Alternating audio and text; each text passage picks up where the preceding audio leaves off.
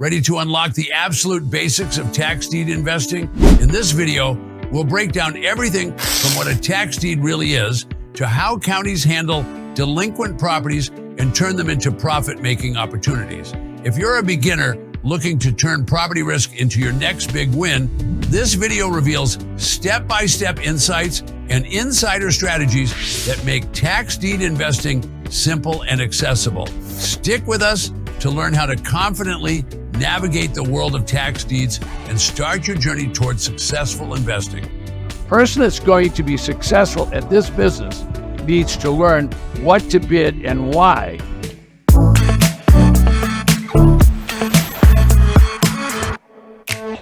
Hi, Ted. Can you explain what a tax deed is, just so I don't get confused? Okay, well, a tax deed is issued by a local county because a property owner defaulted on their taxes. So let's look at the system. The system is this. All properties in the United States that aren't owned by the government have a property tax. So that means everyone must pay the property tax. The local county has an authorization from the legislature through the Board of Supervisors that if someone doesn't pay the tax, they send them a notice and say, you must pay your tax. So that's called a private notice. They send those notices out, and sure enough, if the people don't pay the tax, they're going to levy the property. First they lien it, then they levy the property, and they're going to take the property away. So that whole process simply is called tax defaulted property.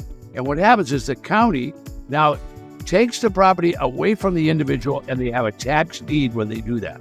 All right, now the county doesn't want the property. The county just wants the taxes. So what the county then will do is they will advertise on the county website, and they'll advertise in the newspaper that they're going to sell that property. Now that's the key to the business, is when they sell that property, they sell it at a bargain price, and we'll get to that in just a minute. How do tax deeds compare to traditional real estate investing? When you buy regular real estate, you got a broker to help you out, you got attorneys to help you out, you got everybody to help you, okay? When you're buying tax defaulted real estate, this is for entrepreneurs and people that are willing to take risks and be able to learn how to mitigate the risk. Now, there's a lot of risk in any kind of investment, but tax defaulted properties are used and abused. There's a big difference between regular real estate and tax defaulted real estate. Tax defaulted real estate is used and abused. It's sold by the county. Is a tax deed a real deed? A deed is simply a piece of paper. It's a piece of paper like this, which the county treasurer is going to sign, and they're going to sign it to you. That means you bought the property from the county. So you gave the county money because you're the highest bidder. They're going to give you a deed to the property. All right. Now that's in the tax delinquent business, okay? Now, if you're in the regular real estate business, you might get a warranty deed, or you might get a grant deed, or you might get a deed from an individual. So the purpose of a tax deed is your property is being transferred from the county to you. All right. If you really read that deed, it's going to turn out to be, it could say treasurer's deed on it, could say sheriff's deed on it. It could say any other name on it that they want to put on it, but it's nothing more than a quitclaim deed. So it's a real deed, and thousands of people are asking about it, but you're buying it from the county. Ted, this part gets me all the time. I've heard a lot about REO. What is that anyway? And what's the difference between a tax deed foreclosure and an REO foreclosure? REO stands for real estate owned, and the problem is it's real estate owned by a bank, and that means the bank took it back in foreclosure, so you really don't want to brag about having an REO. So the bank, like Chase Bank and Wells Fargo and banks like that, they own a lot of these properties. When the market caves in, they foreclose on the property because they've got loans on the property. So these foreclosures, in some cases, they're foreclosing on the property for 80 or 90% of the value. So you don't want a property for 80 or 90% of the value, but people buy REOs from the bank. Sometimes the bank will make a list. They'll put a lot of those REOs on it, and people will want to buy them. So they're a headache, believe me, for the bank. The bank doesn't want them, and so they try to sell them, but they're trying to sell them for 70, 80, 90% of value. So I would never be in that business, and I would tell anyone that's watching me, you want to learn about tax defaulted property. On the East Coast of the United States, they use mortgages. On the West Coast, they use a deed of trust. But really what happens with a mortgage is the lender is trying to recover their collateral. They're trying to get the property back. So that collateral is coming back to them through a lawsuit. So that takes sometimes 6 months, a year, even 2 years to get the property back. Now what the bank wants to do is they want to sell that property, but they want to sell it for the loan that's on it. They don't want to sell it like we buy tax defaulted properties for 5-10 cents on the dollar with no mortgage. Does receiving a deed at an auction mean you officially own the property? Absolutely. When you get a deed, that means they transfer the property from one entity to another entity. So when the county sells the property, they sell it with a tax deed. The county owns it, so they deed it simply means transfer it to the new buyer. The new buyer is whoever pays the top price at a tax delinquent auction. How can I find tax deeds for sale in my area? And how do I know if the auction is online or offline? Okay, all right, so to find a property, first of all, the United States has 50 states, as we all know, but what's more important is that they have over 3,000 counties. All 3,000 plus counties can sell tax defaulted property. So number one, write that down. You find these properties at the county. So the county will have a list of those properties. The county will actually publish it on their website, and they'll publish it in a local newspaper when they're going to have an auction. So tax defaulted property, this is all done at the county level, all 3,000 plus counties.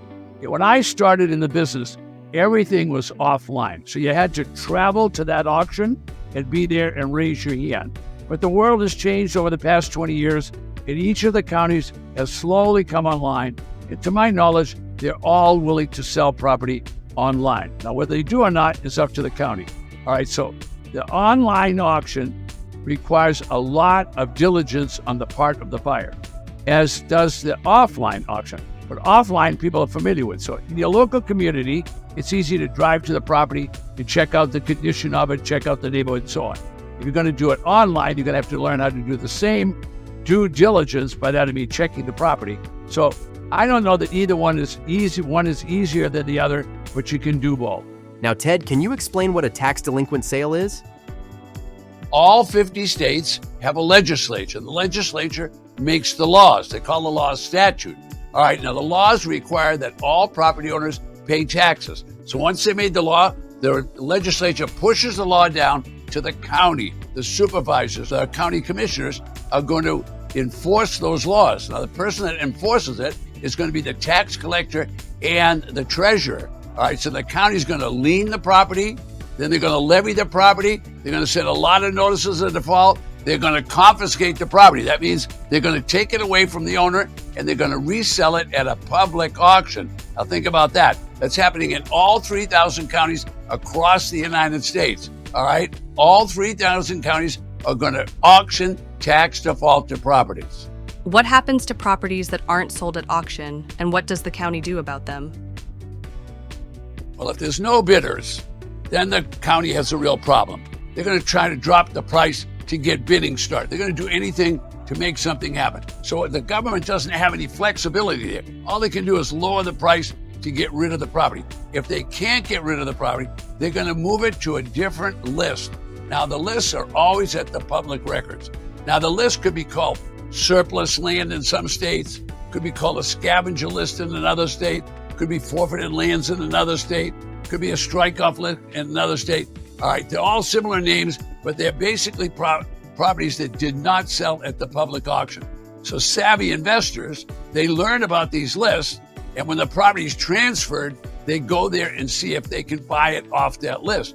Now, why would you wait till then? Because there's no bidding. You can walk into the county office and buy it over the counter, so to speak. So I'm sitting at a table right now, or a desk, all right? So over the counter is what their reference is, and you can buy the property over the counter directly from the treasurer tax collector. Problem is, students don't know about this, so I bring it up because if you could purchase for pennies on the dollar at the auction, that would be great. But a lot of people go to the auction and they overbid, they push the prices up. But wouldn't it be nice to know there was a forfeited lands list, there was a scavenger list, and you could go and look on that list also. Now, I've had clients buy on that list for 5 cents on the dollar with no mortgage and no deed of trust loan on the property. Now remember, All of these are public auctions, so everybody that in the world can know about it. But that other sale that's taking place on the scavenger list, that's just going to be a private sale. Anybody can walk in and buy. Keep in mind, you're buying an as-is property. As-is means buyer beware. Ted, after 30 years of experience with this, what advice can you offer to newcomers like me as to where to find county information? Well, they want to find all their information from the public records, okay? The public records are there to protect the people that are buying the properties and to make sure there's no hanky-panky going on. So these are very definite rules that the county is following, and they were pushed down from the legislature, right? So they're just going to follow the rules to sell that property. All right, so the big key that we're talking about here is research is important. Checking the properties and understanding the bidding process is very easy. It's all done in the public arena. Nobody's trying to hide anything. However, it's your job to know what the condition of that property is and what the condition of the title on that property is. Do you need a lawyer to purchase a tax delinquent property? Well, everyone thinks real estate's complicated and difficult. So let's keep this super simple. No, you don't need an attorney or a lawyer to purchase at a local county property tax defaulted auction. So you don't need an attorney for the government to do that. So the objective of the auction is, one, the local county wants to get revenue. Number two, they want to return the property to the honorable tax roll. All right, so think it out for a little bit. They've been doing it for hundreds of years. Years ago, a lot of people at the auction, they weren't especially educated. They didn't go to a lot of schools. So guess what? They couldn't read and write. So this is a simple process. The government's confiscating. The government's going to resell it at the best price they can get. So that's going to take place. No attorneys required to be at those auctions. You can go there yourself, and all the research information that you want to find out is at the county public records. The public records are just exactly that. They're public. You can go there and research anything on any property in your county, and you can do complete due diligence and know the value of the property, the minimum bid, what kind of property is. A lawyer is not necessary. So I need no legal help at all? Or is there a scenario in which I should seek legal advice? Well, I'm not negative on lawyers, attorneys, whatever you want to call them. I'm not negative at all. I mean, you do want to have, as part of your team, you'd want to have a skilled, experienced attorney helping you do things. For example, let's say you did buy a property from the local treasurer, and now but you go there and there's someone still in it. Well, the county's already told the people, get out of the property. But what if they didn't get out? Well, then you'd have to do what's called an eviction. Well, an eviction isn't complicated, but you and I can't do that. So then you would hire a skilled attorney to do one that's done evictions before, and they would send the necessary notices to the people. People get the notice. If they don't get out then the attorney would see to it that the sheriff went and got them out. So there would be a perfect example. That would probably cost $1,000 or $2,000 or $3,000 to do that. The point is, you didn't need debt to buy some. I'd hate to pay more than I should at a tax deed sale. What would you recommend I do to prevent overbidding? No one really wants to overpay for anything. However, the excitement of a tax delinquent auction, people are excited and they want to win the auction, okay? So it happens all the time. People want to win, so guess what they do? They overpay. Well, first of all, it's an auction, so everybody thinks that they're going to show up at the auction, and this is the next way to get rich quick, and they're going to be the beneficiary of a windfall profit. Well, I'm here to tell you, you have to have patience and common sense and know what you're going to bid, know what your exit strategy is, and know how high you're going to bid. Most people want to buy stuff. I tell you, don't think about buying. Think about selling. If you understand the values in that neighborhood, you don't want to bid all the way up to that value. There's no room to sell it. So you want to bid up to a price that maybe you have to fix the property up or clean it up or do something with it and then be able to sell it. Okay, research is the key to success at tax defaulted auction. So what do you want to research first of all? The location of the property, okay? Next, you want to research the condition of the property. Next, you want to research the title of the property. Okay, are there other liens that you don't know about? Have you gone to the county? Next, you want to start thinking about researching what are the neighborhood prices going to be like. If you try to sell something that you overbid on, the brokers won't even go near you. If you're not competitive, why do they want to even work on it, okay? So you're going to own that property for a long time. You've got to be a good person at researching property. Ted, I thought this was a safe and secure investment. Is it not? Folks, if you skip looking at the property, if you don't do an inspection, and you decide to buy blind, in other words, you haven't walked on the property, well, I'm going to tell you something. You're probably going to lose your assets. That's right. You're going to not only lose your assets, but you'll probably lose your family and your friends' respect because people don't want to be doing business with a risk taker. What strategies do you recommend to mitigate risks? Number 1, thorough research, due diligence. Number 2, property inspection. Number 3, money management. Number 4, have an exit strategy. Number 5, education. You need to determine all that before you make your bid. Hey folks, full disclosure, I've been teaching people for 30 years how to avoid big mistakes at auctions. I teach them how to make money. But you know, one of the founding fathers was named Benjamin Franklin. He made a very short quote. The very short quote was, having knowledge is important. It pays high interest. Having knowledge is important. It pays high interest. Learn how to do this before you spend your money. Now, Warren Buffett is one of the greatest stock market investors of all time. He's still alive. He didn't make his million until he was 60 years old. He's about 85 plus now. And guess what? He simply said, education eliminates risk. What more can I tell you, folks? You want to make sure that you either get a coach. What a coach will do is they'll not only accelerate your learning, but what else can they do? They can help you through the step-by-step process of learning and not wasting time. Now, a lot of people come to me and say, Ted, you learned it. I can learn it too. Absolutely. Everyone that's watching me can learn it. It's going to take you 3 or 4 years to do it.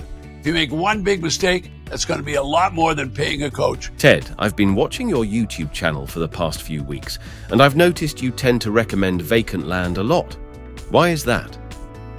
I found out over these 30 years of doing the business, between 10 and 15% of all the auction properties are vacant land. People are putting back, and they have walked away from. They're coming up for sale. So it could be row crops. It could be grazing land. Now every county is going to have this.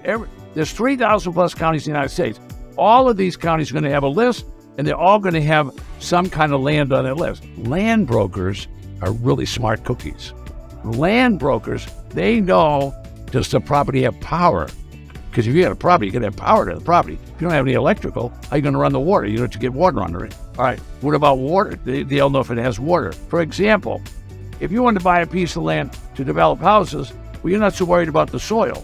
But what if you wanted to have a piece of land where you're going to put in asparagus, or you're going to grow potatoes, or you're going to, whatever it is, so you're going to put row crops in there. Maybe you're going to do strawberries. I don't know what you're going to grow, but you know you're going to have good soil. Well, you want to think about the buying and the selling, because at the tax auction, these properties are going to be sold at the tax auction for, their starting bids will be 10, 20 cents on the dollar. So let's say the land was worth $100,000. It's probably going to sell at the auction at $20,000 or $30,000. So you got a huge margin. So you'd buy it just for that. I mean, I only go to tax auction because I want to make the margin. I want to buy it low, then I don't want to try and get retail. I'm going to sell it under retail so I can sell it quicker. If I win a property at a tax deed auction, I was thinking about renting it for passive income. What can you tell me about rentals? Would you recommend I pursue it? I'm not a real estate broker. I'm not an attorney. I'm not a financial advisor. All I do is teach people how to buy tax defaulted property and do the good job of doing that so that they can make profits in the future.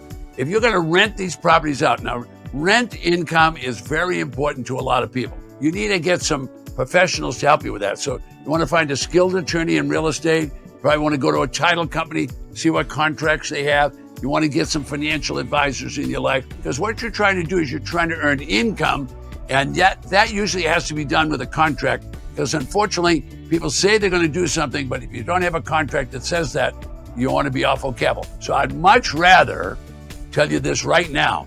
I don't like the rental business for one reason only. I can only get small amounts of money out of rent. I want to buy the property.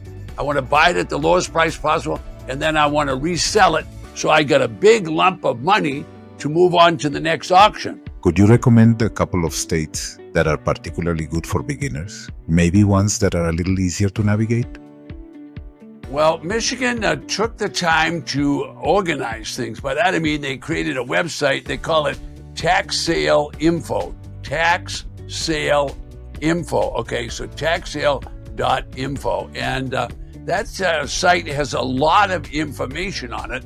So people that are learning how to do this, if they go to that site, they can get a lot of the details. Now, Michigan has 83 different counties, but that site only has 77 of them on there. But, that's more than enough for a person that's getting started. And the details are there. They can look information up before they ever even dream about leaving home to go look at the property. They can get a lot of information. Michigan's been very good about actually taking pictures. Now, I'm not a big advocate of using pictures from the internet, because who knows who modified them, when the picture was taken or whatever. But Michigan tries to take a picture of it. If it's available, they'll put that on the site. Now, you're certainly not going to buy a property by looking at a picture. You need to go walk on the property and have boots on the ground and know about that property. You don't want to buy from the picture, but the point is, it gives you a little sense for what is this. Is it got a hole in the roof as big as a car, or is it a relatively good property, and do you want to include it in one of the group that you're going to look at in the particular county that you're going to look? Well, New York isn't quite as flexible as Michigan. However, what New York does is they have outside auctioneer companies. All right, now, there can be different companies in different counties. All right, now, but basically what they'll do in New York, they use one company more recently, we'll watch them, they call AAR Auctions, okay? And you can go to their auction site if you want, and they'll actually bring up brochures where you can see what the properties look like. New York has 62 counties. 60 of the counties sell tax defaulted property. So everything along the Hudson River and west, they're going to sell tax defaulted property.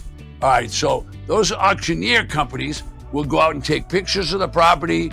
They'll give information about the property. And if you're buying and you're not looking, you're taking on an enormous amount of risk. As soon as I find out about the auction, I go and I look at the properties that I am interested in buying. And then I make all my notes and I take pictures with a big iPad so I know exactly what I want. Then when the auction takes place, before the auction starts, I review all that, and then I make sure I know what my exit strategy is going to be. Now, if I know what I'm going to sell it for, then I know what my maximum bid is going to be. All right, then when the auction takes place, I can actually sit in my office and buy online, because they'll take a bid in the room, then they'll take one online. They'll take a bid in the room, they'll take one online. But I don't have to go to the auction. I can do it online in the state of New York, so they do both. What's the difference between a tax deed and a redeemable deed state?